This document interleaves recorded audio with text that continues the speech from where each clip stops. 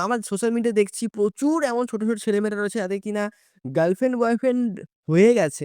একদম ছোট মানে একেবারে ছোট বললেই চলে। ঠিক আছে? মানে আমরাও এতটা অ্যাডভান্স হইনি যারা এরা এতটা বেশি অ্যাডভান্স।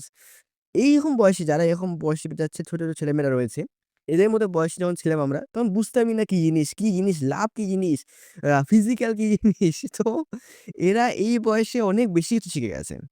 এদের পরবর্তী সমস্যা কি হয়েছে? এদের মধ্যে একটা পার্সন হচ্ছে যারা শুধু ক্রাশই খায়।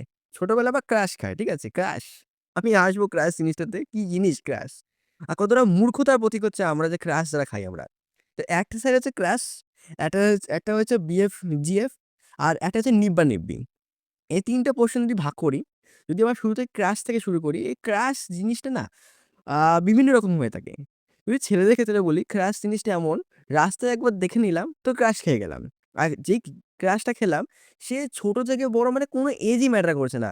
অনেক ছেলেরা রয়েছে যারা বৌদি লাভার। আমি এই কথা বলতে গিয়ে না তারা লাফিয়ে উঠছে। I know যে তোমরা লাফাচ্ছ এই সময়। এই কথা শুনে যারা বৌদি লাভার। আরে তুই তো এমন কথা বলছে বৌদি লাভার। ব্যাপারটা বোঝ। এই আমি এই বৌদি লাভার নিয়ে বলছি না। আমি ক্রাশ জিনিস নিয়ে বলছি। আমি সেটা বলতে গিয়ে এই টপিক এর মধ্যে ঢুকছি হালকা শোন। ক্রাশ জিনিসটা কি?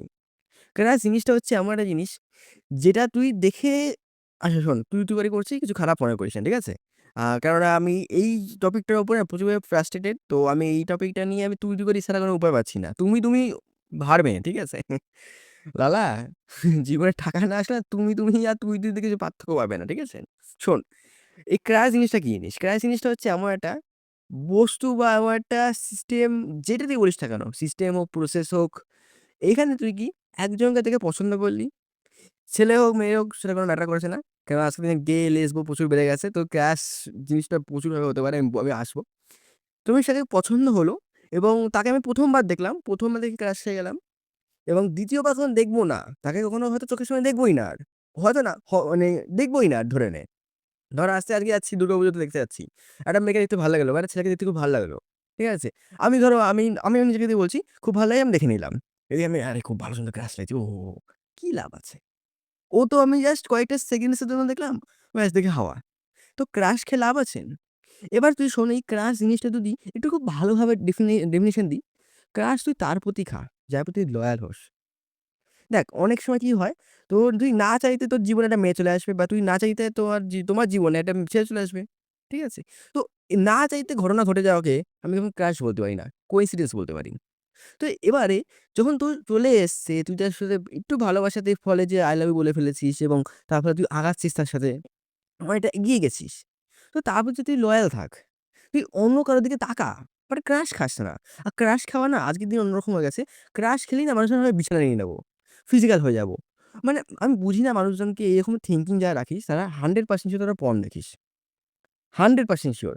বিকজ এইসব থিংকিং তারাই রাখতে পারে। এইসব খারাপ, খারাপ থিংকিং তারাই রাখবে যারা কিনা এইসব অ্যাডাল্ট কনটেন্ট দেখে। Facebook, Instagram এ অ্যাডাল্ট কনটেন্ট ওদের শুধু শুধু খুলে দেখ। শুধু Facebook, Instagram খুলে দেখ। পুরো লম্বা করে লিস্ট দিবি মেয়েদের লিস্ট রিলস সেকশনে যাস তুই খবর একই জিনিস সাজেস্ট হচ্ছে। কখনো উলঙ্গ মেয়ে, কখনো ক্লিভেজ দেখাচ্ছে, কখনো পিছন দেখাচ্ছে। তো ভ্যারাইটিস দেখাবে। মনে হবে তুই বাজারে এসেছিস। মানে তুই মানে অন্য সব সাইডে চলে গেছিস। মানে Instagram আর Facebook এখন এমন একটা পরিস্থিতি হয়ে গেছে যে এখন খুললেই না বাজারে কনটেন্ট চলে আসে। এসব জন্য Facebook খোলা বন্ধই করে দিয়েছি। ঠিক আছে? মাঝখানে নেশা হয়ে গেছিল একটা খারাপ নেশা হয়ে গেলে একদম চেষ্টা করবি যে মোবাইলটা অফ করে রাখতে। বিকজ এত পরিমাণে ডিস্ট্রাকশন করবে না লাইফ ধ্বংস করে দেবে। শোন তাহলে ক্র্যাশ জিনিসটা বুঝে গেলি? ক্র্যাশ জিনিসটা এমন একটা জিনিস যেটা কিনা তুই নিজের চোখে দেখতে পারবি বাট কখনো তাকে নিজের কাছে পাবি না। ক্র্যাশ জিনিসটা হচ্ছে এমনই। নম্বর 2 হচ্ছে জিএফ-বিএফ। এরা খুব সিরিয়াস থাকে। খুব সিরিয়াস। ঠিক আছে? এবার এই সিরিয়াসনেস কতদিন সময় থাকবে? ১ বছর, ২ বছর, ৩ বছর, ৪ বছর, ৮ বছর। দেন এই জিএফ-বিএফ নিয়ে ঝগড়া বাঁধে আর কাটাকাটি হয়ে যায়। তো এই জিএফ-বিএফ এ যারা টিকে যায়, তারা হয়ে যায় হাসব্যান্ড ওয়াইফ। বাট এই হাসব্যান্ড ওয়াইফ কদিন টিকবে তারও কোনো গ্যারান্টি নেই। প্রচুর পরিমাণে ডিভোর্স কেস হচ্ছে। তো এই ডিভোর্স কেসের পেছনে আমি যদি কারণ বলতে চাই, আজকের দিনে মেয়েরা নিজেদের পায়ে দাঁড়িয়ে গেছে। দেখো আমি খারাপ বলছি না। আমি খারাপ বলছি না যে নিজেদের পায়ে দাঁড়াও। বাট এখন কাঁচা পয়সা নিজেদের হাতে আসাতে ধরাকে সরাগান করছে। ছেলেদের পাত্তা দিচ্ছে না। আর তার ফলে ডিভোর্স কেস তো দেখতেই পাচ্ছ কত বেশি পরিমাণে হয়ে যাচ্ছে। তো এইসব সিচুয়েশন করছে।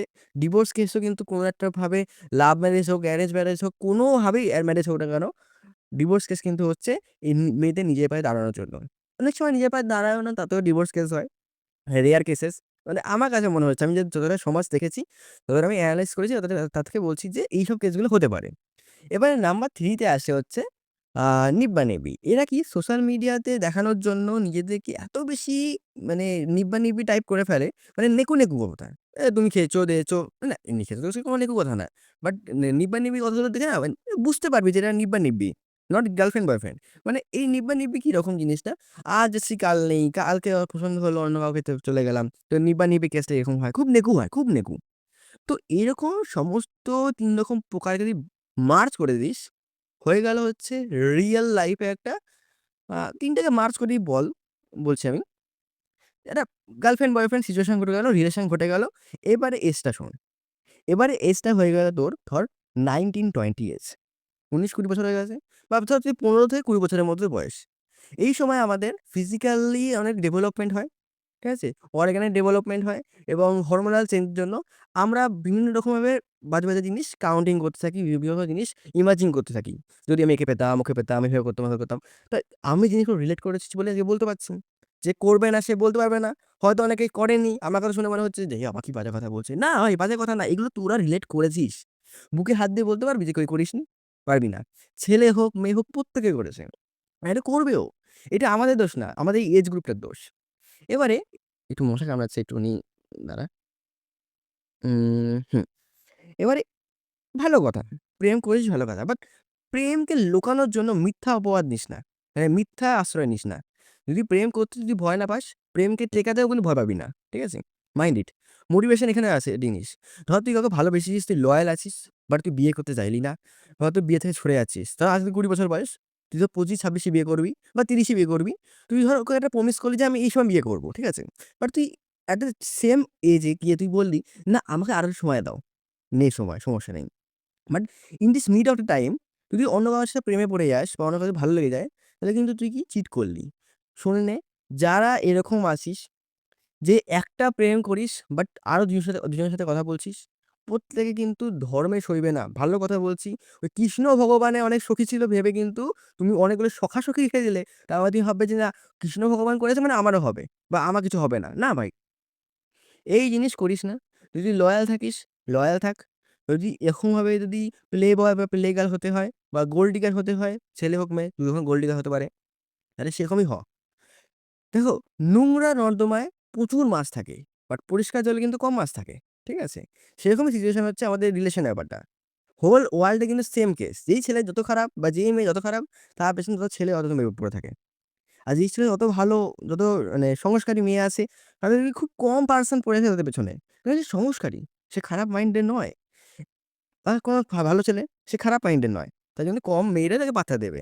বাট পাত্তা যে পাবে না, যাকে সে পাবে বা এই মেয়ে, যে সংস্কারী মেয়ে, তাকে যে যখন অন্য কোনো ছেলেকে ভালোবাসবে, ওই যে ভালোবাসার বন্ধন না, ওই বন্ধন কিন্তু তুই নোংরা মেয়ের মধ্যে পাবি না বা যে মেয়ে সংস্কারী নয় বা যে মেয়ে উলঙ্গ মার্কা ভিডিও বানিয়ে ড্রেস-মেস পরে ঘুরে বেড়ায়, তাতে কিন্তু পাবি না। দেখো আমাদের মডার্ন জেনারেশন হয়নি। আমাদের মাইন্ড মডার্ন হয়নি। শুধু তোমাদের ড্রেস মডার্ন হয়ে গেছে। ঠিক আছে? আজকে রাস্তা দেখতে গেলে প্রচুর মেয়েরা রয়েছে। সত্যি কথা বলছি। একদম পুরো গ্রাউন্ড লেভেল থেকে বলছি। একটু টাইমটা দেখে নিই একটু। তো কত মিনিট হলো? ১০ মিনিট হয়েছে। গ্রাউন্ড লেভেল থেকে বলছি প্রচুর মেয়েরা আছে যারা কিনা বিচ্ছিরি নোংরা ড্রেস পরে রাস্তায় চলে। তুই যদি দেখে নিস কোথাও আমি এবার ছেলে হয়ে বলছি। তুই কখন দেখে নি বা তাকিয়ে ফেলি, নিজের চোখে তোর চোখে ভাল লাগে। সত্যি বলছি। তোর যদি ভালো না লাগে তো তুই ছেলে না। একদম হয়তো ভালো লাগলো। বাট ভালো লাগার পরে রিয়ালাইজেশন যদি না আসে যে আমি এটা ভুল করলাম, তাহলে তুই ছেলে না। You are a bad boy. You are a bad girl. যদি তোর মনে রিয়ালাইজেশন আসে না আমি এটা ভুল করলাম, তাকিয়ে ভুল করলাম, তাহলে you are a good boy. You can progress in your life এ তোর লাইফে গ্রোথ আসবে। এবার রিলেশনের ব্যাপারে অনেক কিছু বলে ফেললাম। এবার একটা সত্য কথা শুনে নে। যদি রিলেশনে থাকতে হয়, যদি একজন ভালো ওয়াইফ বা একটা ভালো হাসব্যান্ড হতে হয়, তাহলে সবসময় মাথায় রাখবি, নিজের প্রফেশনটাকে ঠিক রেখে নিজের রিলেশনটাকে ম্যানেজ করতে হবে। আমরা ছেলে মানুষ, আমাদের ভুল হবে। বাট ভুল থেকে আমরা শিখবো। এই মাইন্ডসেট থেকে যদি যাস, তাহলে সত্যি কথা বলছি লাইফে তুই যেই পথে থাক না কেন, গ্রো করতে পারবি। এই পৃথিবীর কেউ তোকে আটকাতে পারবে না। বাট তুই গ্রো করবি। রিলেশনও টিকবে, বিয়েও হবে এবং প্রোগ্রেসও করতে পারবি লাইফে। ঠিক আছে? চল দেখা হচ্ছে পরের দিন।